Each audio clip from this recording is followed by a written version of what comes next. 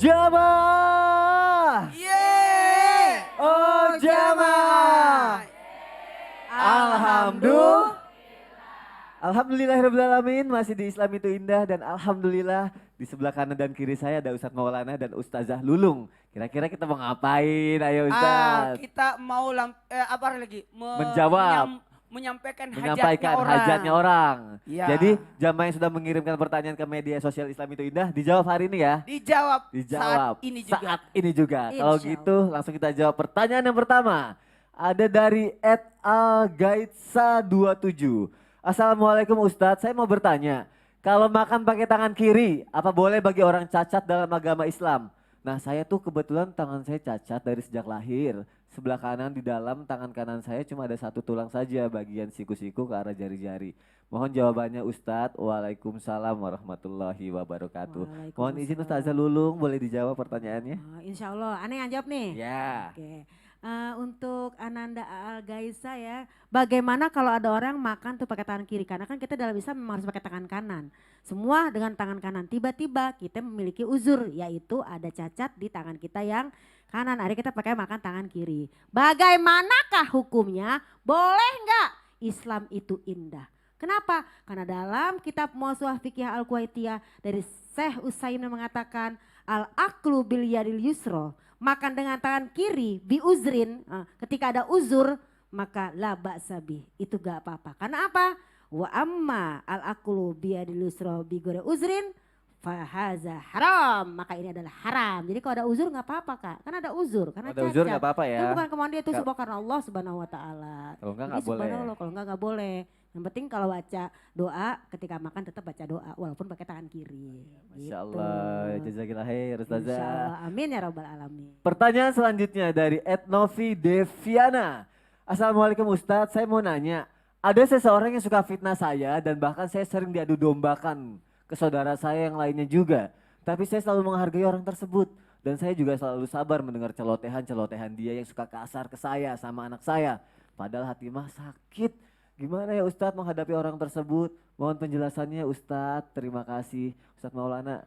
Ada 4 yang bisa dilakukan ketika kita menghadapi orang yang suka memfitnah, suka adu domba kiri kanan dan sebagainya. Yang pertama tetap tenang menghadapi, jangan panik, tetap tenang. Biasa-biasa aja. Ketika kita panik merasa, aduh aku takut, dia makin menjahili kita itu. Tetap tenang.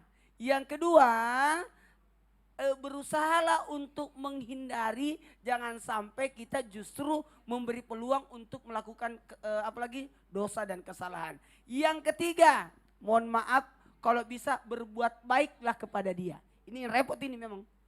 Berbuat baik kepada orang yang baik itu balas jasa. Tapi berbuat baik kepada orang yang jahat sama kita, itulah kebaikan sebenarnya. Tetap tenang dan tetap berbuat baik kepada orang yang sudah menjahati kita. Dan yang keempat, kalau bisa tetaplah bersabar terhadapnya. Jangan pernah membalas keburukan. Kalau kita membalas keburukan orang dengan keburukan pula, apa bedanya kita dengan dia? Masya Allah. Itu jadi pelajaran juga untuk saya dan keluarga Ustadz. Terima kasih Ustadz. Semuanya dapat pelajaran. Masya Allah. Terima kasih jamaah yang sudah mengirimkan pertanyaan ke media sosial Islam itu indah. Nanti kalau misalnya ada pertanyaan lagi boleh ya Ustadz ya? Boleh. Mungkin kalau sekarang belum dijawab nggak apa-apa ya. Insya Allah akan dijawab lewat bentuk tausiah, dijawab lewat bentuk tema. Dan bisa aja, ini tema saya loh, ini pertanyaan saya kok. Alhamdulillah Islam itu indah mengangkatnya jadi tema. Masya Allah, akhirnya jadi ide juga buat kita. Terima kasih Ustadz Maulana, boleh kembali ke tempat duduknya. Ustazah Lulung saya mau nanya, mau kemana sih buru-buru banget? Oh, mau masak. Mau masak, nanti aja masaknya. Ustazah, aku mau tanya nih. Ada gak sih contoh rasa bersyukur para nabi terdahulu ketika mereka sedang bersyukur dalam keadaan senang, bersyukur dalam keadaan susah? Ada contohnya gak Ustazah? Mohon penjelasannya ya Ustazah. Ya, terima kasih Kakak Sony. Jamaah. Oh jamaah. Alhamdulillah. Melek matanya melek. Coba melek. Kalau ibu merem saya tinggal nanti. Jemaah Islam itu indah yang dirahmati Allah. Gimana sih cara kita bersyukur? Pasti nggak ada contoh kecuali contoh dari Nabi kita yang tercinta, Nabi Muhammad Shallallahu Alaihi Wasallam. Laqad kana lakum fi Rasulillahi uswatun. Sungguh telah ada dalam diri Rasulullah suri toladan yang baik. Ibadahnya ya kita lihat Nabi. Cara bersyukurnya kita lihat Nabi. Bahkan para salafus soleh, orang-orang soleh terdahulu, istri Nabi, semuanya kita jadikan contoh dalam kehidupan sehari. Walaupun sulit untuk mengikutinya, tapi kita belajar. Karena Allah melihat prosesnya dan hasilnya ada yang akan memberikan kepada kita. Bu, Ibu, manggut. Gimana sih kalau orang-orang terdahulu bersyukur? Terutama para nabi, para rasul ya, orang-orang soleh, para ulama ya. Mereka tetap ibadah, tekun dan tidak labil. Coba kalau kita lagi senang, petantang-petenteng. Lagi susah, baru berdoa. Ya Allah, anak aku besok mau sekolah, masuk di sini. Berikan dong. Pas udah dikasih lupa baca doa. Itu kita tuh, saya barangkali, nauzubillahimin. Tapi kalau para rasul, orang-orang soleh, mau susah, mau senang tetap ibadah. Dalam surat Al-Hajj ayat 11 dinyatakan apa? Ada orang yang ya'budullah ala harfin, beribadah kepada Allah tuh labil. Ketika dia diberikan kesenangan ya kan, dia itu yang namanya beribadah kenceng banget. Bahkan ada lagi dinyatakan dalam ayat lebih detail lagi, ketika dia diberikan kesulitan ya kan, dia malah nggak beribadah. Kalau senang baru beribadah. Tapi dalam surat Al-Ankabut ketika dia lagi susah, dia minta sama Allah kenceng. Ketika lagi senang dia lupa.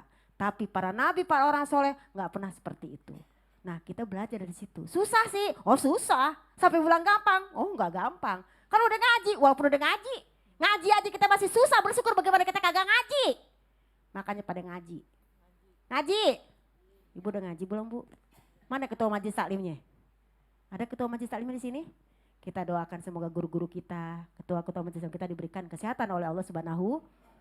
Yang kedua, bagaimana cara orang-orang soleh itu bersyukur? Mereka melihatnya ke atas pada yang taat, melihat ke bawah kepada masalah sisi kehidupan. Kalau ada orang yang kaya raya, mereka itu kaya raya tapi dermawan, dia akan bilang ini patut kita iriin. Kalau dia ada orang yang penghafal Quran, kita lihat subhanallah, anak muda ya kan, cogan, cowok ganteng bara Mas'ud. Masih muda coy, waduh, hafal ayat Quran. Kita, udah keriput sono sini, agak hafal Quran, malu. Lihat nih kepada orang-orang yang taat. Dan yang ketiga, bagaimana kita bersyukur, tetap belajar dan belajar. Untuk itu, mari kita dengarkan guru kita untuk memberikan bagaimana kita bisa bersyukur dan sabar dalam susah bersenang. Tafadhol guru. Waqala al-iblis, Iblis pernah berkata di dalam kitab Al-Mukhtar min Kalamil Akhyar. Iblis ini mengatakan man nasya dzunubahu. Salah satu teman iblis nanti di neraka jahanam man nasya dzunubahu. Orang yang lupa dia punya dosa. Terkadang kan Allah Subhanahu wa taala mengingatkan kita punya dosa. Dengan apa? Dengan ujian. Tapi kita tidak mensyukurinya, malah kita terkadang, ya Allah kenapa sih, apa dosa aku? Kau uji aku, beri kesulitan demikian rupa, apa dosa aku? Nah kata iblis, man nasya dzunubahu, orang yang melupakan dia pernah berbuat dosa, maka itulah temannya iblis di neraka jahanam. Bu, mau jadi teman iblis? Mau jadi teman iblis? Lihat Hatim Al-Asam alaihi rahmatullah. Hatim Al-Asam arba'atun la ya'rifuha arba'ah. Ada 4 hal, terkadang kita tidak memahami 4 hal tersebut kecuali kalau sudah kita lewati. Yang pertama apa kata Hatim Al-Asam? Beliau mengatakan la ya'rifu gadra syabab illa syuyukh. Orang itu tidak tahu nikmat masa muda yang diberikan oleh Allah kecuali sudah tua. Ini tanya yang tua-tua nih. Ini masih muda masih tua nih? Kayaknya umurnya 25 semua nih. Amin. Ya. 25 lewat. Habib. 25. Maksudnya lebihnya sudah 25. Ya. Artinya man la ya'rifu gadru syabab illa syuyukh. Orang itu tidak tahu masa muda, nikmat masa muda. Buat Al-Qur'annya, buat berimannya, buat ibadahnya, buat belajar ilmu, buat tawakal kepada Allah, buat bertakwa kepada Allah. La ya'rifuha illa syuyukh. Nanti kalau sudah tua baru nyesel. Oh kenapa kurang ibadah waktu muda. Betul atau tidak? Ya harus betul. Ya. Yang kedua apa? La ya'rifu gadra seha illa ahlul bala. Orang itu tidak kenal masa belum diuji sama Allah ketika sudah diuji. Matanya buta misalnya. Atau uangnya diambil sama Allah, tadi ayat Al-Quran, pohon kurmanya semua, pohon anggurnya diangkat oleh Allah Subhanahu wa Ta'ala. Itu dia baru tahu kenapa kurang mensyukuri nikmat Allah ketika masih ada nikmat dari Allah Subhanahu wa Ta'ala. Dan yang ketiga kata Hatim Al-Asam, la ya'rifu gadral afiyah illa ahlul mardo. Orang itu tidak tahu nikmat sehat nih, sehat. Kecuali sudah sakit. Lihat di rumah sakit. Tet, tet, tet, tet. Lewat dah. Ya. Dan yang terakhir la ya'rifu gadral mahaya illal mauta. Orang itu tidak tahu nikmat masa hidup yang diberikan oleh Allah kecuali mauta ketika sudah meninggal dunia. Ya Allah, mudah-mudahan Allah berikan kita nikmat syukur selalu kepada Allah Subhanahu wa Ta'ala. Amin ya rabbal alamin. Ada dua yang menimpa manusia. Sesuatu yang menyenangkan, seharusnya kita bersyukur. Dan sesuatu yang tidak menyenangkan, seharusnya kita bersabar.